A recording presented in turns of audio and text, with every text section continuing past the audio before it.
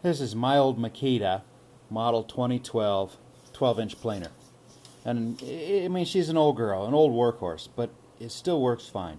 And one thing that it started to do more and more often is when you feed it, it jumps. You can hear it snap and pop, and the wood will feed inconsistently. So I'm going to demonstrate that really quick here. It's going to get loud.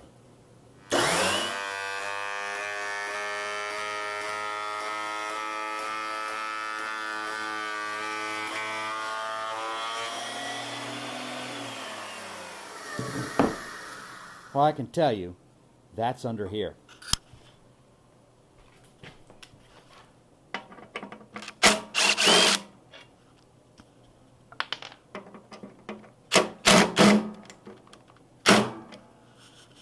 Two hands.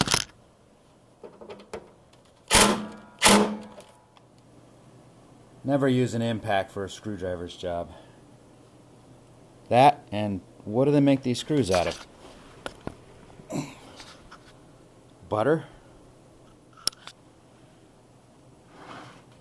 Okay, now that we got that sorted, let's see this problem in action.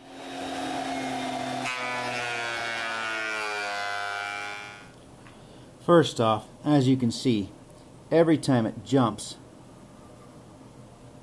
it leaves a line. Okay? That's certainly irritating. There's another one there, another one there, another one there. But it's also pretty darn hard on the machine.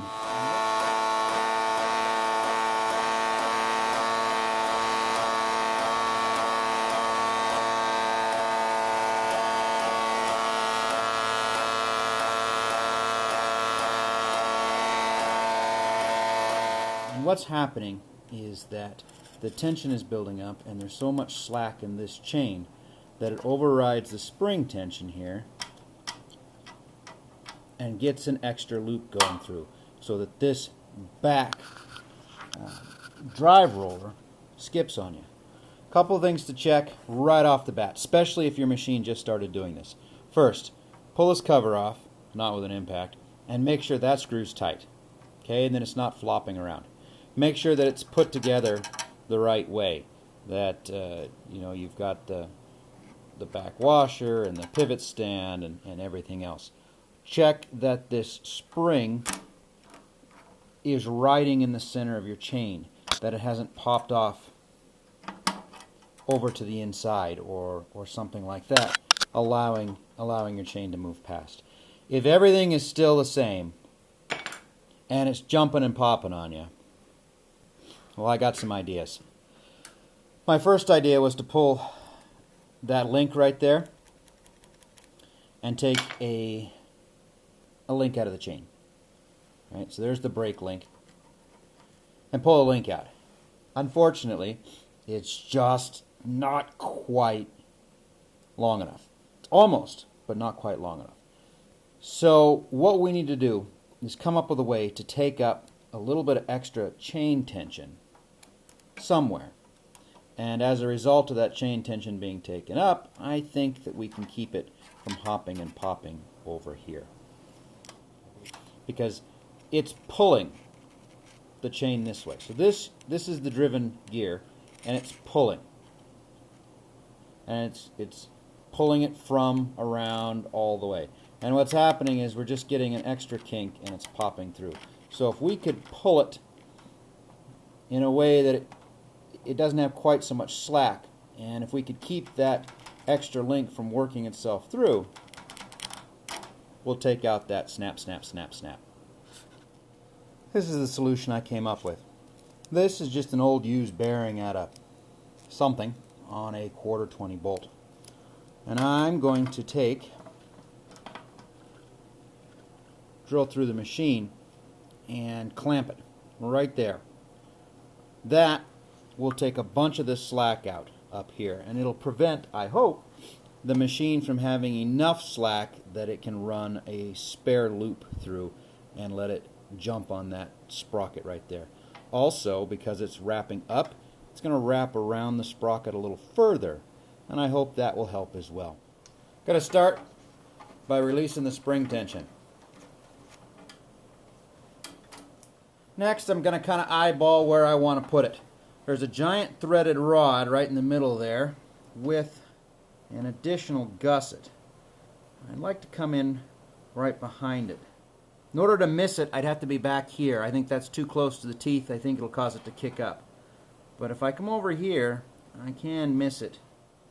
This is also going to leave me enough room to get that cover back on, which is certainly important as well. So I'm going to start with a pilot hole.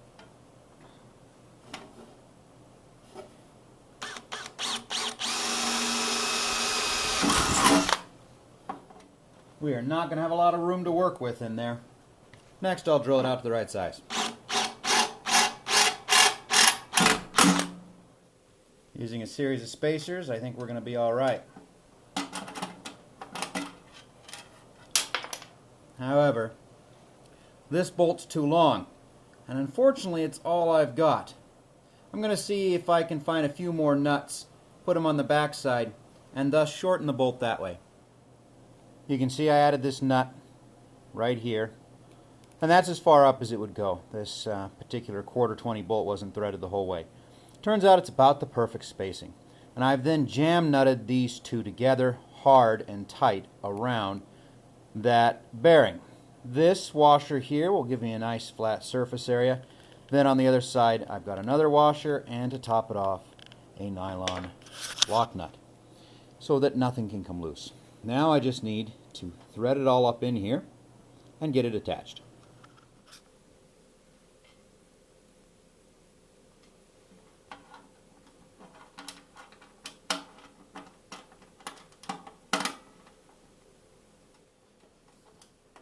Got it. Okay.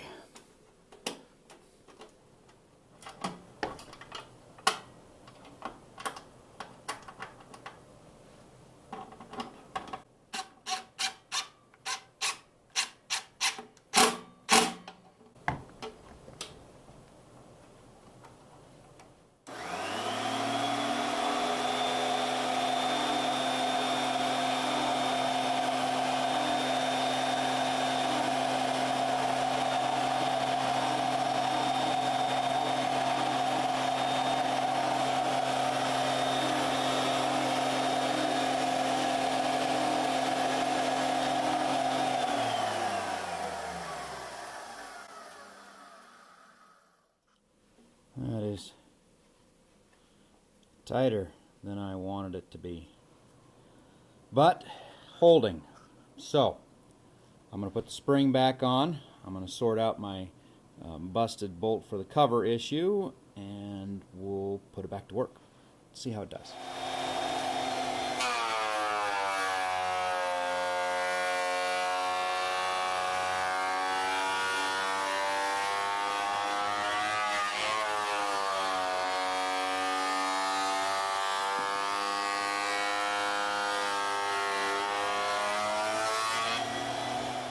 Now you can see how straight this section here is, even though it's under the spring, which has got quite a bit of tension on it, because it's taken up that slack, up and over.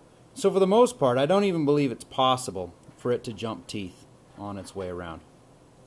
It seems to run really smooth. When I was worried about just how much tension it was under, I think it was lifted up on a tooth, because it's fine. It's not too tight. It's tight, but it's not too tight. So I clearly had it up on a tooth or something. It just wasn't quite right there. Actually, that's not the case at all. That infeed roller is spring-loaded, so as the wood goes underneath, it lifts up. It's supposed to do that. Now, the spring is supposed to take the tension out once it does it.